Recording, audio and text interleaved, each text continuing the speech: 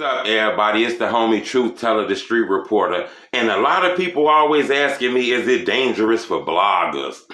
My answer is hell to the motherfucking yeah. This shit get very, very sadistic, sinister. The drill coach is very deceptive. I've been saying this shit for a while. Yeah, this shit get very, very, very dangerous. Example, I used to work in a grocery store. Let me tell y'all something crazy. I used to work in this grocery store. Now, people used to know that I was in that grocery store. So people used to come up in there and shit, stare at me. Some people wouldn't even say shit to me. But it was a few people that used to come in that store and be like, bro, nigga, when you get off, we gonna get your ass. I be, what the fuck? And look, they used to be like whispering that shit. Like, I look at it and I see people like, I be in that bitch like, damn, I get off at 2:30. These motherfuckers gonna be outside waiting on me and shit, right?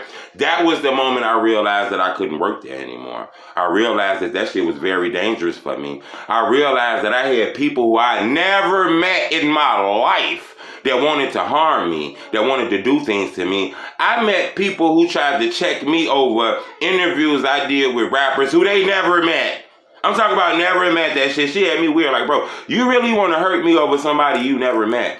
That's how that blog shit go. This shit like a movie. I'm not sure if you realize, because these guys don't got blue checks. They don't got 50 million followers. But these guys are super, super fucking famous. And the fans really love them. Bloggers are getting to the point now where we're starting to get the light. A lot of bloggers are starting to get the same fame as rappers and shit like that. So with that happening, it's making it dangerous for the bloggers. People say, is it really dangerous? Hell yeah, when you walk in these stores, because you got to understand, in the drill culture, it's fake. It's not real. This is not the real music industry. Exactly how I look right now on this camera. You see how I look right now? I don't have any makeup on. I don't have any camera effects on and none of that. If you see me on the street, I look exactly fucking like this. So it's not hard to pinpoint somebody. That's how that shit get dangerous. And then we're bloggers. We're not rappers. We're not gangbangers. We're not killers, murderers, thugs, goons, gang. We not none of that. So most of the time we're going to be by ourselves. Or we're going to be walking with a few people. We're not in a position where we're walking with the 30s on us and the AK-47s on us. So at any moment, an altercation from meeting a fan can either turn good or can turn bad. You can either give an autograph or get your ass whooped or get killed. One of the two. For some strange reason, the pandemic then brought out a lot of hatred, especially when it comes to the bloggers. I've been seeing a lot of rappers been saying, man, these bloggers be instigating, they be starting shit. How can a blogger start anything when they live in a whole nother town? They never met any of you rappers. All a blogger did was what the fuck the social medias is made for. They reposted it. Now, whether the material was grimy, bad, or good, I'm not doubting that. I'm just saying, you can't really knock a guy for reposting. How about we knock the motherfucker for posting the post that said, fuck your dead homie. We smoking on your dead homie. We doing all this shit instead of looking for innocent people to blame. I didn't see people snap on the bloggers for posting something a rapper said, but wasn't mad at the rapper for creating the fucking content.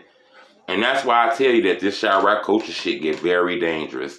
Because people don't really like you speaking on what the fuck is going on. Even though they okay when Vlad do it. They okay when Sean Cotton do it. But if a blogger from Chicago does it, it's a problem. I seen it on the No Jumper interview. Adam 22, you kind of pushed Billionaire Black into a lane to kind of diss me.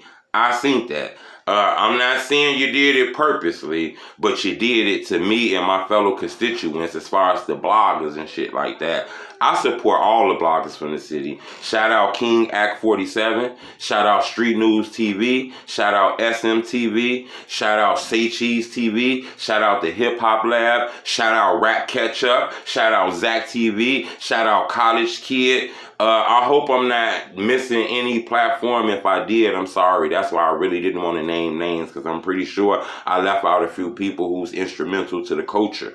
So, I mean, no harm. Those just the names that I had on my head. So if you're going to disrespect them, you're disrespecting me. And I'm going to be honest with you. That don't mean I agree with every one of those bloggers' opinions. You got to remember, life is different. Nobody never sees the same thing. What King Act see, I might not see. What academics see, I might not see. What I see, College Kid might not see. What College Kids see, Rap Ketchup might not not see, where Rap Catch Up might not see, 16 Shot of Visuals might see, and back and forth. It's no need to diss nobody. I support the bloggers just like I supported the rappers. But I'm going to tell you something I noticed. It seemed like when the going get tough and the road get rocky, these rappers get to pointing at bloggers instead of pointing at their own two lips, because those are the things that open up their mouth and spew this shit out. Nobody would know anything about 051 if it wasn't on the internet or you guys telling the internet shit. Nobody would know nothing about O Block, FBG, Tukaville if it wasn't for you guys. We don't know who your ops is. We know through your rap songs and through your interviews. So I noticed that, but I just wanted to tell people where I came from. I wanted to tell people how dangerous it is, because people always ask me that. Truth, is it dangerous, man? How do you move around like the motherfucking president? That's how the fuck I move around, because at any moment it can go down. Now, I don't want to tell you that all bloggers is just regular people, don't got it on them, because it's a possibility you run up on me, you might get something done to you. But I'm just telling you, you know, never judge a book by its cover, and don't put people in dangerous positions, because that shit is petty. And I've been seeing a lot of this shit happen with the rappers. We done seen guys threatening academics plenty of times. Like, niggas really be threatening academics like he didn't really give you guys the clout. Let's just be honest about that shit.